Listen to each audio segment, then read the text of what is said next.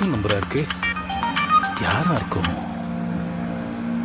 Hello அப்பா, நான் கார்த்திக் பேசுறேன். கார்த்திக்? கார்த்திக் அப்பா.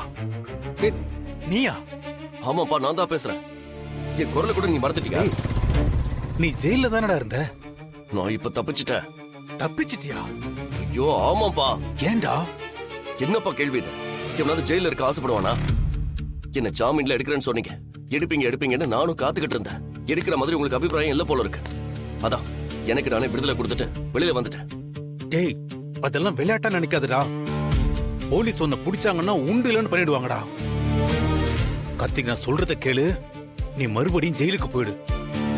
நாங்க எப்படியாவது சீக்கிரமாவே வந்து உன்னை ஜாமீன்ல எடுத்துடுறோம். நீங்களாம் ஒரு அப்பாவா? நீங்க சொல்றத நான் நம்பணுமா? ஏன் இத்தனை நாளா என்ன ஜாமீன் எடுக்கல?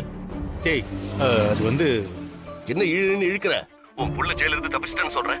என்ன திரும்ப ஜெயிலுக்கு போக சொல்றியா? என்னாலலாம் போக முடியாது. நீ வந்து என்ன கூட்டிட்டு போறியா இல்லையா? நான் வந்து கூட்டிட்டு போகவா? ஆமா, நான் நிக்கிற இடத்த சொல்றேன். அங்கேயே வந்து என்ன கூட்டிட்டு போ. அப்படி இல்லைன்னா அப்புறம் நான் எங்கேயாவது போயிடுவேன். சரிடா சரிடா, நானே வந்து உன்னை கூட்டிட்டு போறேன். எங்க இருக்க? நான் ரெட்டப்பாளத்துக்கிட்ட தான் இருக்கேன். டேய், அங்க போலீஸ்காரங்க எல்லாம் அடிக்கடி நடமாடுவாங்கடா. நீ அங்க இருந்தனா போலீஸ்காரங்க உன்னை புடிச்சிருவாங்க. சரி, எங்க வரணும்னு சொல்ற? யாருமே இல்லாத ஒரு இடத்துக்கு வாடா. அதையும் நீயே சொல்லு. டேய், அந்த ரெட்டப்பாளத்துல இருந்து ஒரு 1.5 கிலோமீட்டர் உள்ள போனா காடு மாதிரி ஒரு இடம் இருக்கும்டா. அங்க வந்துடுறா. அந்த இடம் உனக்கு எப்படி தெரியும்? டேய், சொல்றத கேளுடா. ஆடா. சரி சரி, வரேன். சீக்கிரம் வா. டைம் ஆன போது. சீக்கிரம் வா. வரேன் வரேன் வரேன்.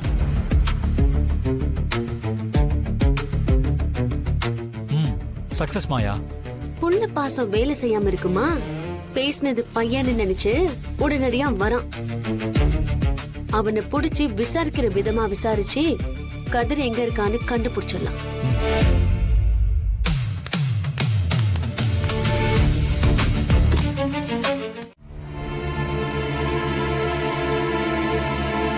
ஐயோ, மணி 11 ஆயிடுச்சா? இன்ஸ்பெக்டர் என்கொயரிக்கு வரேன்னு சொன்ன டைம் ஆயிடுச்சு.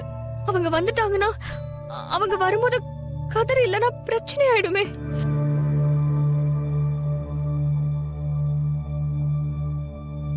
என்ன மாயா யோசிக்கிற?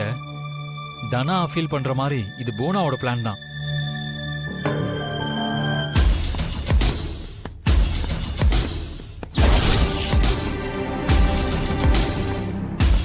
கரெக்டா சொன்ன டைமுக்கு எப்படி வராரு? இவங்க நேர்மையா வேலை பாக்குற மாதிரி தெரியல. யாரோ ஒருத்தர் சொல்லிதான் வேலை பாக்குறாங்க. அது வேற யாரும் இல்ல, அந்த புவனேஸ்வரி தான்.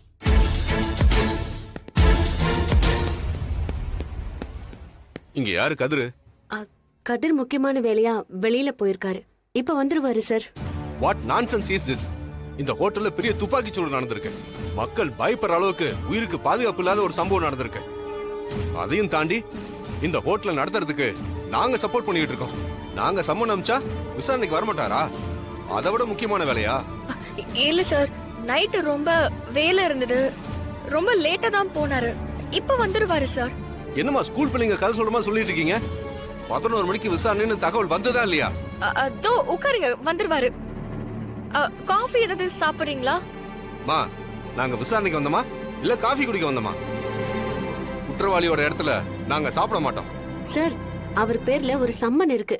விசாரணைக்கு பிறகுதான் அவர் குற்றவாளியா இல்லையான்னு தெரியும். கொஞ்சம் பார்த்து பேசுங்க சார். அவரு குற்றவாளி இல்லாம கூட இருக்கட்டும், அது விசாரணை முடிஞ்சதுக்கு அப்புறம் தானே தெரிய வரும். அப்ப அவரு விசாரணைக்கு ஒத்துழைப்பு கொடுக்கணும்ல. சட்டப்படி சரியா ஒத்துழைப்பு கொடுக்கலன்னா சந்தேகத்தின் அடிப்படையில அவரு குற்றவாளின்னு தானே அர்த்தம். சார், ஒரு 10 நிமிஷம் எங்களுக்கு டைம் கொடுங்க ப்ளீஸ் சார். 10 நிமிஷத்துல கதிர் இங்க இருப்பாரு. 10 நிமிஷத்துல அவர் இங்க வரல, அவ்வளவுதான்.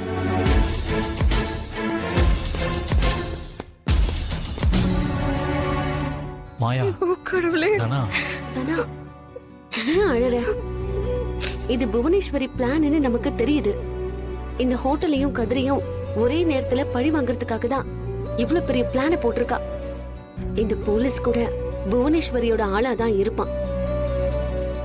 அதுல சந்தேகமே வேண்டாம் மாயா. இவங்கள அவ விலைக்கு வாங்கியிருக்கா. இவங்க கிட்ட உண்மையை நிரூபிக்கணும்னா நம்ம ரொம்ப போராடிதான் ஆகணும். இன்னும் 10 நிமிஷத்துல கதிர் குற்றவாளி இல்லன்னு நாம ப்ரூவ் பண்ணலனா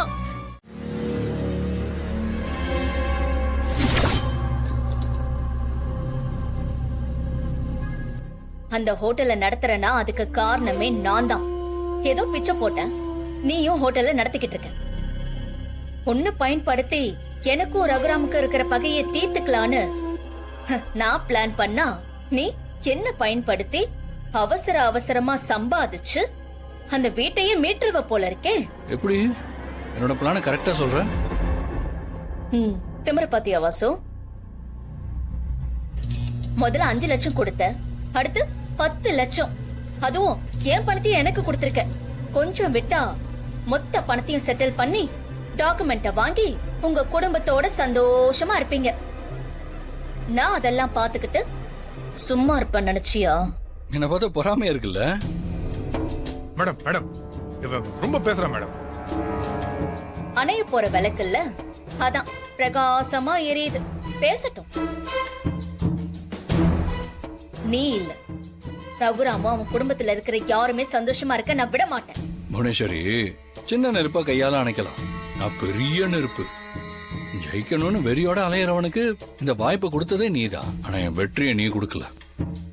என்ன தோக்கடிக்கிறதுக்கு உன்னால முடிஞ்சதெல்லாம் செஞ்ச. இப்ப பாரு, தோத்து போய் என்ன கூட்டு வந்து கட்டி வச்சு இப்படி வசனம் பேசிட்டு இருக்க. இந்த பாரு, நான் இங்க இருந்து போவேன், சம்பாதிக்கவும் செய்வேன், வீட்டு டாக்குமெண்ட்டையும் திருப்புவேன். பரவாயில்ல, உன்னை அடிச்சு தூக்கிட்டு வந்திருக்கோம், சேர்ல வச்சு கட்டி வச்சிருக்கோம், அப்பவும் இவ்வளவு கான்பிடென்டா பேசுற.